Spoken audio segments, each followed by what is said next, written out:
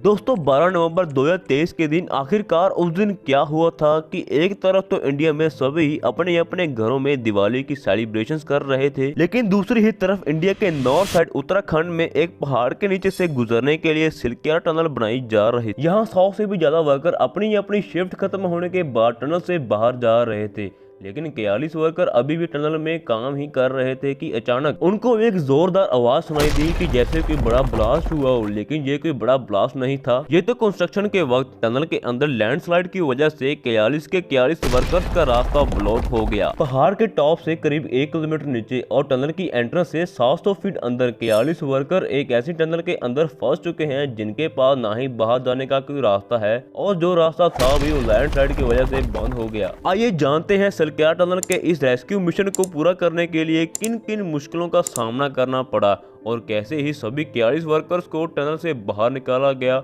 और सबसे बड़ा क्वेश्चन आखिरकार ये लैंडस्लाइड क्यों हुआ और इसके पीछे क्या कारण हो सकता है। सरकार की प्रेस रिलीज के अकॉर्डिंग जब ये हादसा हुआ वर्कर्स टनल के अंदर रीप्रोफाइल का काम कर रहे थे, इसका मतलब टनल को एडजस्ट करना। ये ज्यादातर उसी समय किया जाता है जब आसपास के पत्थर और वहाँ की मिट्टी कमजोर हो और लैंडस्लाइड का खतरा ज्यादा हो, पर एग्जैक्ट कारण तो रिसर्च करने के बाद ही पता चलेगा। कुछ रिसर्चर हमें जियोलॉजिकल चेंजेस होने का कारण बताती हैं जिसे शियर जोन कहा जाता है। ये वो हिस्सा क्रस्ट का होता है जो एरिया कमजोर होता है। ये हम कह सकते हैं कंस्ट्रक्शन की वजह से आसपास की कमजोर जमीन पर वाइब्रेशन फोर्स ज्यादा पड़ने के कारण लैंडस्लाइड हो गई। ये हमारा एक अंदाजा है, लेकिन सही कारण इन्वेस्टिगेशन रिपोर्ट आने के बाद ही पता चलेगा। और पहाड़ों में किसी तरह की भी कंस्ट्रक्शन करने के लिए और या फिर टनल बनाने के लिए ज्यादातर दो तरीकों का यूज किया जाता है। पहला ड्रिल एंड ब्लास्ट मेथड यानी DBM, और दूसरा टनल बोरिंग मशीन का इस्तेमाल किया जाता है यानी TBM। पहले वाले मेथड को यूज करने का तरीका ये है कि पत्थरों के अंदर गड्ढे की ड्रिलिंग की जाती है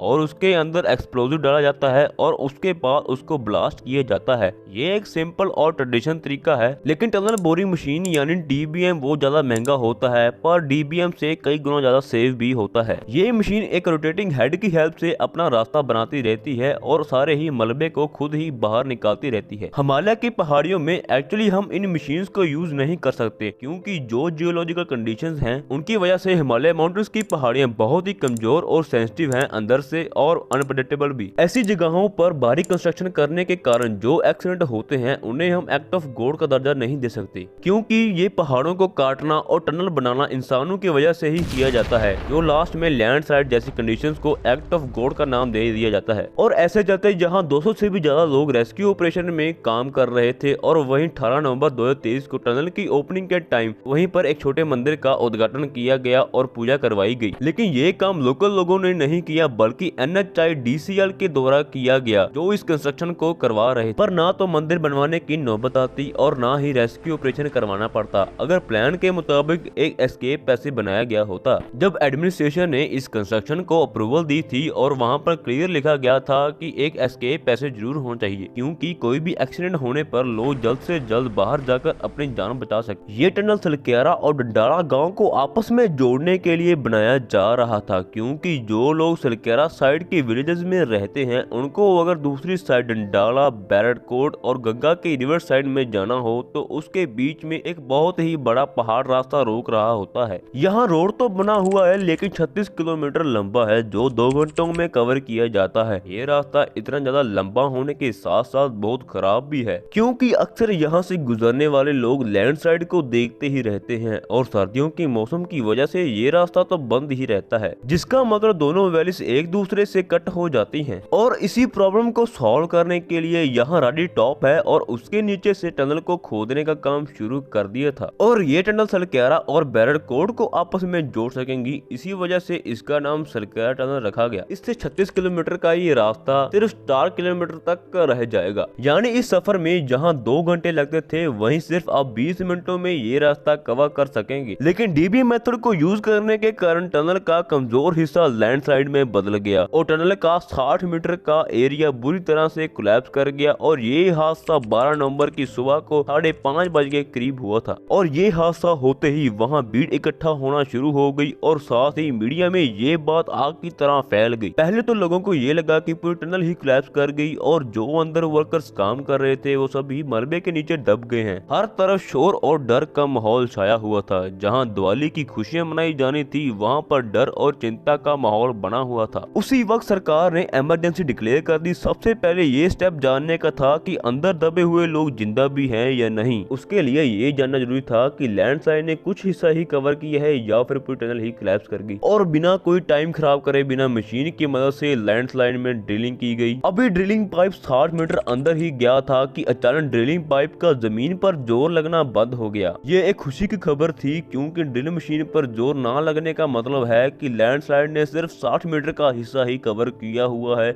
और आगे का रास्ता बिल्कुल ही बचा हुआ है। यहाँ ये तो पता चल चुका है कि थोड़ा एरिया ही कोलैप्स हुआ है, लेकिन अभी तक ये नहीं पता चला कि अंदर फंसे हुए वर्कर्स में कितने लोग जिंदा हैं और कितने जख्मी। और ऐसे भी हो सकता है टनल में 2-3 जगहों पर लैंडस्लाइड हुई हो और मशीन ने पहले 60 मीटर का ही पता लगाया हो। अगले दिन यानी 13 नवंबर के दिन एक मोटे पाइप को मलबे के अंदर ड्रिल करने का सोचा ताकि टनल के अंदर फ्रेश ऑक्सीजन पहुंचाई जाए। ये पाइप तो सिर्फ 6 इंच मोटा था, लेकिन फिर भी ड्रिल करना खतरे से खाली नहीं था, क्योंकि ऐसा भी हो सकता है ड्रिल की वाइब्रेशन की वजह से दूसरी लैंडस्लाइड ना हो जाए। खुशकिस्मती से 60 मीटर पाइप अंदर सही सलामत पहुंच गया और अंदर फंसे हुए वर्कर्स ने पाइप से आवाज लगाते हुए अपनी सही कंडीशन बाहर बताई। ये खबर रेस्क्यू वर्कर और बाहर की भीड़ और अंदर फंसे हुए लोगों की फैमिलीज के लिए ये बात किसी खुशी से कम नहीं थी। 41 के 41 वर्कर एकदम सही सलामत मौजूद थे और इस वक्त इनको अंदर फंसे हुए करीब 24 घंटे हो चुके थे। सबसे पहले इनको खाने पीने की चीजें पाइप के जरिए भेजना शुरू किया, पर यह खुशी का लम्हा जल्दी ही गमी में बदल गया जब ये सबको पता चला कि इनको बाहर निकालने के लिए मलबे को हटाना पड़ेगा और साथ ही मलबे के अंदर सुराख करना इतना जल्दी पॉसिबल नहीं था, क्योंकि रेस्क्यू वर्कर्स की अभी तक ड्रिलिंग की वजह से ही जो कोलैप्स 60 मीटर तक का हुआ था वो अब धीरे धीरे बढ़ता ही जा रहा था और जो मलबे की मिट्टी और छोटे पत्थर थे वो थोड़ी सी ड्रिलिंग की वजह से ही फैलते जा रहे थे। 14 नवंबर 2023 के कोलैप्स होने के बाद 2 दिन निकल चुके थे।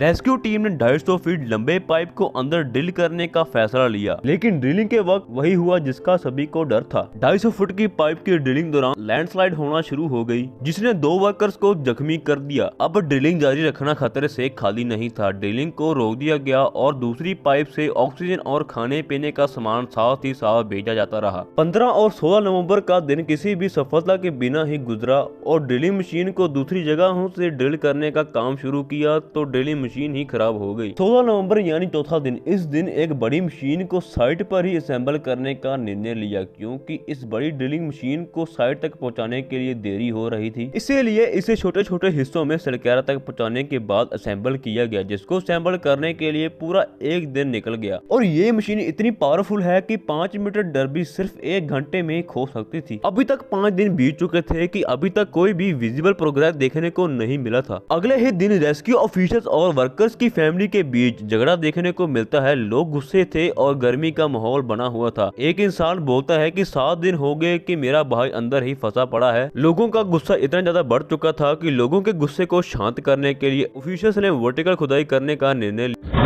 तो ये हुआ कि हॉरिजॉन्टल के अलावा वर्टिकल ओपनिंग्स भी दी जाएं इनको रेस्क्यू करने। इसके बाद वर्टिकल और हॉरिजॉन्टल खुदाई दोनों तरफ से ही चलती रही। 20 नवंबर का दिन एक बड़ा दिन माना जाता है, जब अर्नोल्ड, एक टनल रेस्क्यू एक्सपर्ट जो रेस्क्यू ऑपरेशन को ज्वाइन करते हैं, वो अपने एक्सपीरियंस से सजेस्ट करते हैं कि वहाँ पर क्या और कैसे काम करना चाहिए। उसी दिन शाम को रेस्क्यूअर्स 6 इंच बड़ी पाइप को मलबे में से पास करने में सफल रहती हैं। इसकी वजह से कई और चीजें भी पॉसिबल हो सकती थी, क्योंकि ये पाइप बड़ी थी और प्रॉपर खाना दिया जा सकता था अंदर फंसे हुए लोगों के लिए। इस दिन वर्कर्स को पहली बार गर्म खाना खिलाया गया और साथ ही वीडियो भी फिल्म किया गया एक एंडोस्कोपिक कैमरे के साथ, जो इस पाइप के अंदर से डाला गया था। और अब इस दिन ये डिसाइड किया गया कि 2 और टनल्स को बनाया जाएगा जो एस्केप रूट का काम करेंगी। 23 नवंबर का दिन, जो ड्रिलिंग मशीन जिस प्लेटफॉर्म पर रखी गई थी वो प्लेटफॉर्म ही कमजोर बन गया, तो पूरी रात लग जाती है पूरे स्ट्रक्चर को रिपेयर करने में। अगले दिन 24 नवंबर वापस से ड्रिलिंग मशीन को रीअसेंबल करना पड़ता है और एक के बाद एक चीज बिगड़ती ही जा रही थी। अगर एक चीज ठीक हो जाती तो दूसरी चीज बिगड़ जाती। 25 नवंबर के दिन ये ड्रिलिंग मशीन पूरी तरह से खराब हो जाती है, जिसे ऑगर मशीन कहा जाता है, और टनल के अंदर खुद ही फंस जाती है। अर्नोल्ड डिस्क रिपोर्टर्स को बताते हैं ये मशीन पहले भी 3 बार टूट चुकी थी रेस्क्यू ऑपरेशंस के दौरान